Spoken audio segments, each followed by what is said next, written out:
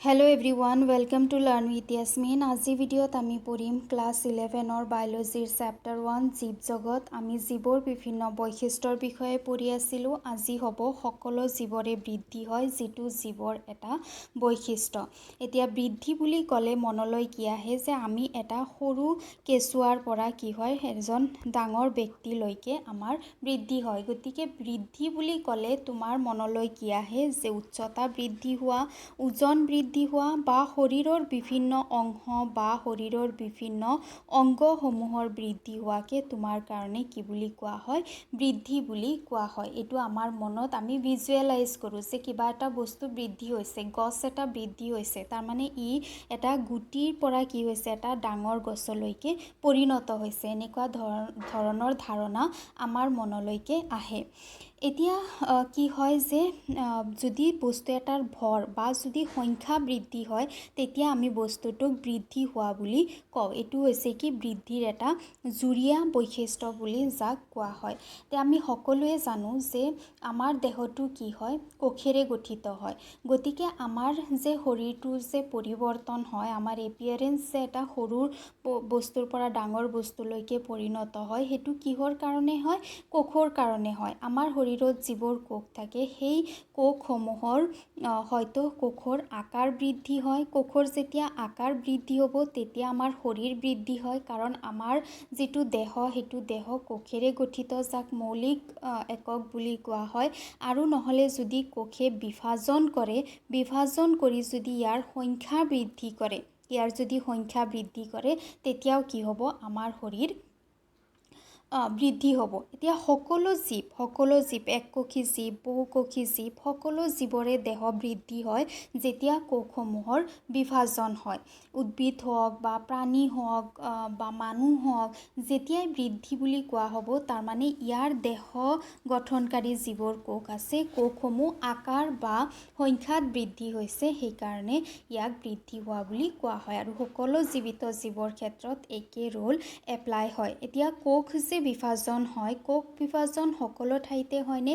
নিশ্চয় নহয়। কোষ বিভাজন কিছুমান নিৰ্দিষ্ট কলাতহে হয়। শৰীৰৰ কিছুমান নিৰ্দিষ্ট কলাতহে কোষ বিভাজন হ'ব পাৰে, সকলো ঠাইতে হ'ব নোৱাৰে। এতিয়া কোষৰ বিষয়ে তোমালোকে ক্লাছ 9, ক্লাছ 8ত বহুত ভালদৰে পঢ়িছা যে কোষ বিভাজন সদায় সীমাবদ্ধ। কোষ বিভাজন এনেকুৱা নহয় যে হৈয়ে থাকিব, এনেকুৱা নহয়। আৰু কোষ বিভাজন এনেকুৱা নহয় যে শৰীৰৰ যিকোনো অংশৰ পৰা হৈ থাকে। কোষ বিভাজন প্ৰপৰ্চনেল হয় আৰু কোষ বিভাজন কি হয় লিমিটেড হয়। উদ্ভিদৰ ক্ষেত্ৰত উদ্ভিদসমূহে গোটেই জীৱন ধৰি ইহঁতৰ বৃদ্ধি হ'ব পাৰে, কিন্তু প্ৰাণীৰ ক্ষেত্ৰত এটা নিৰ্দিষ্ট বয়সৰ পিছত কি হৈ যায়, এই যিবোৰ বৃদ্ধি থাকে বৃদ্ধিসমূহ শেষ হৈ যায়। এতিয়া আমি যদি আমাৰ হাতখন দেখোঁ তেতিয়াহ'লে আমাৰ হাতত আঙুলি আছে, আৰু এই আমাৰ যিবোৰ আঙুলি আছে আঙুলিসমূহৰ বৃদ্ধি হয়। তুমি যেতিয়া 1 year old আছিলা, এবছৰ বয়স আছিল, তেতিয়া তোমাৰ হাতৰ আঙুলি যেনেকুৱা আছিল, এতিয়া তোমাৰ হাতৰ আঙুলিৰ কি হৈছে বহুত পাৰ্থক্য দেখিবলৈ পোৱা গৈছে। তাৰমানে কি হৈছে হাতৰ আঙুলিসমূহৰ বৃদ্ধি হৈছে। এতিয়া ছাপোজ এইটো আঙুলি হয়, আঙুলিটো চাৰিওফালৰ পৰা বৃদ্ধি হয়নে? এনেকৈ চাৰিওফালৰ পৰা বৃদ্ধি হয়নে? নহয়। বৃদ্ধি এটা নিৰ্দিষ্ট ফালে, ওপৰৰ পিনে চাৰিওফালে অলপ অলপকৈ এনেকুৱা এটা নিৰ্দিষ্ট ডাইৰেকশ্যনত বৃদ্ধি হয়। এটা স্পেচিফিক ৱে থাকে যিকোনো কোষৰ যেতিয়া কোষ বিভাজন হৈ পেলাই অংগ এটা বৃদ্ধি হয়, ইয়াৰ স্পেচিফিক ৱে থাকে। আৰু এনেকুৱা নহয় যে আঙুলিটো যদি ব্যক্তি এজনৰ 80 years 90 years হৈছে তাৰ পিছতো আঙুলিৰ বৃদ্ধি হৈ আছে, এনেকুৱা নহয়। এটা সময়ৰ পিছত বৃদ্ধি ৰৈ যায়, কিন্তু উদ্ভিদৰ ক্ষেত্ৰত বৃদ্ধি গোটেই জীৱন জুৰি ইয়াৰ বৃদ্ধি হৈ থাকিব পাৰে। আৰু আমি এইটো হয় যে এটা নিৰ্দিষ্ট ঠাইতহে এটা নিৰ্দিষ্ট অংগৰ সৃষ্টি হয় আৰু তাতে কোষ বিভাজন হয়। আমি কেতিয়াও দেখিবলৈ নাপাওঁ যে আমাৰ মুখত আঙুলিৰ সৃষ্টি হৈছে, ৰাইট? আঙুলি সদায় আমি হাতত দেখিবলৈ পাওঁ, তাতে আমাৰ আঙুলি তাতেহে বৃদ্ধি হয়। গতিকে যিবোৰ কোষ বিভাজন যেতিয়া হয়, কোষ বিভাজন হোৱাৰ পিছত কোষৰ বৃদ্ধি হোৱাৰ লগতে কিছুমান কোষ পুৰণা কোষ থাকে যিবোৰ কোষ মৰি যায়, আৰু কোষ বিভাজন হোৱাৰ পিছত এই যিবোৰ নতুন কোষৰ সৃষ্টি হয়, এই নতুন কোষসমূহে পুৰণা কোষৰ ঠাই সমূহ লৈ লয়। গতিকে কোষ বিভাজন যিটো প্ৰক্ৰিয়া আছে সেইটো এককোষী জীৱৰ ক্ষেত্ৰতো হয়। এককোষী জীৱৰ ক্ষেত্ৰতো কৃত্ৰিম কৰ্ষণৰ দ্বাৰা কোষ বিভাজন কৰিব পৰা যায়।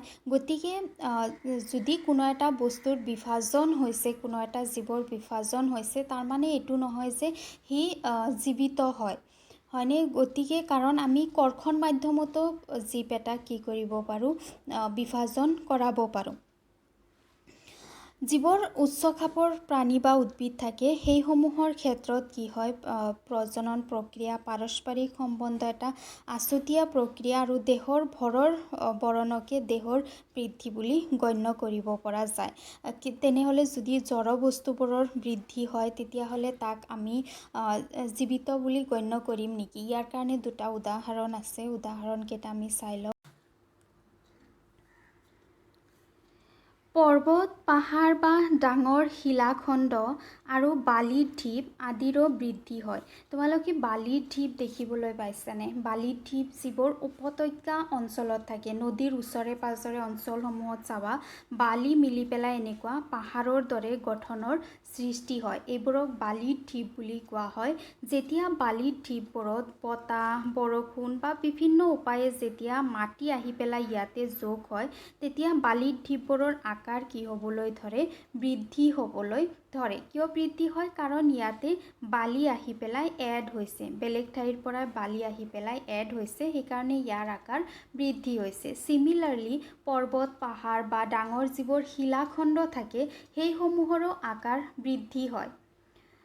শিলাখণ্ডসমূহৰ আকাৰ বৃদ্ধি হয়। ইয়াতে শিল আহি পেলাই লগ হয়, বালি আহি পেলাই লগ হয় বা বিভিন্ন ধৰণৰ পাৰ্টিকেল, বিভিন্ন ধৰণৰ মৌল লগ হয়, যাৰ কাৰণে ইয়াৰ আকাৰ বৃদ্ধি হ'বলৈ ধৰে। এতিয়া এই যিটো বালিৰ ঢিপ আছে, বালিৰ ঢিপটোৰো আকাৰ বৃদ্ধি হৈছে। তাৰমানে বালিৰ ঢিপটো জীৱিত হয়নে? নিশ্চয় নহয়। যদি বালিৰ ঢিপটো জীৱিত নহয় তেতিয়াহ'লে যেতিয়া জীৱৰ শৰীৰ বৃদ্ধি হয় তেতিয়াহ'লে আমি ইয়াক জীৱিত বুলি কিয় কওঁ? বালিৰ ঢিপটোৰ বৃদ্ধি যিটো হৈছে সেইটো কি হৈছে, বাহ্যিকভাৱে হৈছে। বাহ্যিকভাৱে বেলেগ ক'ৰবাৰ পৰা বালি আহি পেলাই লগ লাগি পেলাই বালিৰ ঢিপটো বৃদ্ধি হৈছে। গতিকে এইটো যিটো বালিৰ ঢিপ আছে তাক আমি কি বুলি নকওঁ, জীৱিত বুলি নকওঁ। কাৰণ ইয়াৰ আকাৰ বৃদ্ধি হোৱাৰ কাৰণ হৈছে কি, বাহিৰৰ পৰা মেটেৰিয়েল আহি পেলাই লগ হৈছে। কিন্তু উদ্ভিদ আৰু প্ৰাণীৰ যি বৃদ্ধি হয় সেই বৃদ্ধি কি হয়, আভ্যন্তৰীণ হয়, ইহঁতৰ ভিতৰৰ পৰা বৃদ্ধি হয়।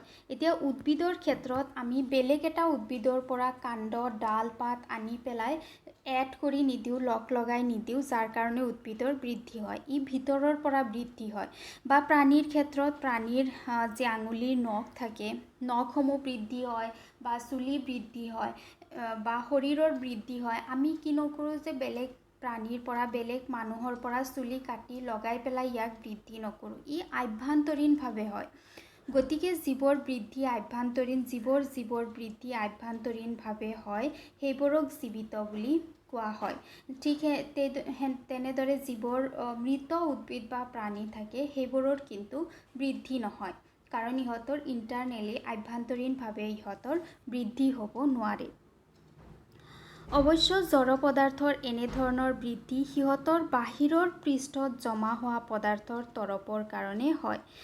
জীৱৰ ক্ষেত্ৰত বৃদ্ধি সদায় আভ্যন্তৰীণৰ পৰা হয়। বৃদ্ধি সেই হেতুকে জীৱৰ একমাত্ৰ বৈশিষ্ট্য বুলি গণ্য কৰিব নোৱাৰি। আমি ক'ব নোৱাৰোঁ যে বৃদ্ধি হ'ল বুলি সেইটো জীৱ হয়, কাৰণ বেলেগ বস্তুৰো বৃদ্ধি হ'ব পাৰে। গতিকে আভ্যন্তৰীণভাৱে যদি বৃদ্ধি হয় তেতিয়াহ'লে সেইটো কি হয়, জীৱ হয়।